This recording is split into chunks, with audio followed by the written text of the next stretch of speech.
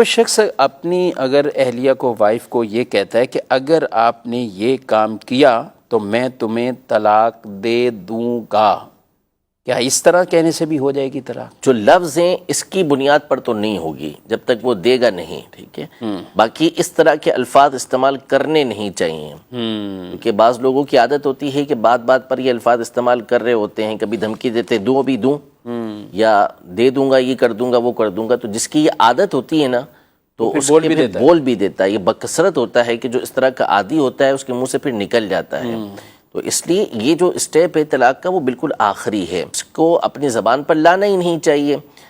جیسے ایک بات ہم عمومی طور پہ ہمارے فتاویٰ کے اندر بھی یہ سوال آتا ہے کہ میں نے غصے کے اندر طلاق دی ہے. جی ہاں بالکل. تو ہم یہ کہتے ہیں کہ بھی طلاق ہوتی ہی غصے کی حالت میں.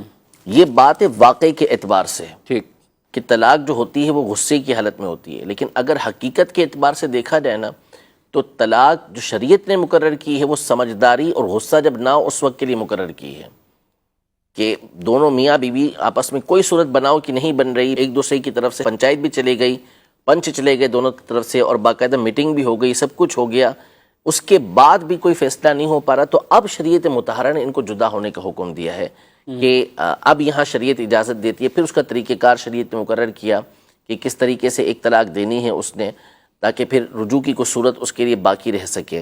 تو حقیقت یہ ہے کہ اگرچہ کہ طلاق طلاق غصے کی حالت میں دی جاتی ہے، اور عام غصہ جو ہوتا ہے اس کے اندر طلاق ہو بھی جاتی ہے، عمومی طور پہ جو غصہ ہوتا ہے اس میں طلاق ہو ہی جاتی ہے.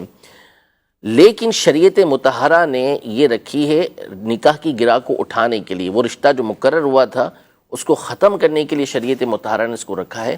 لہذا جب یہ اسٹیپ اٹھانا ہو تو پھر آپ پورے ہوش و حواس میں ہوں، اس وقت آپ اس چیز کا فیصلہ کریں. لیکن اس کا مطلب یہ نہیں کہ اگر آپ غصے کی حالت میں طلاق دیں گے تو ہوگی نہیں، ہو پھر بھی جائے گی.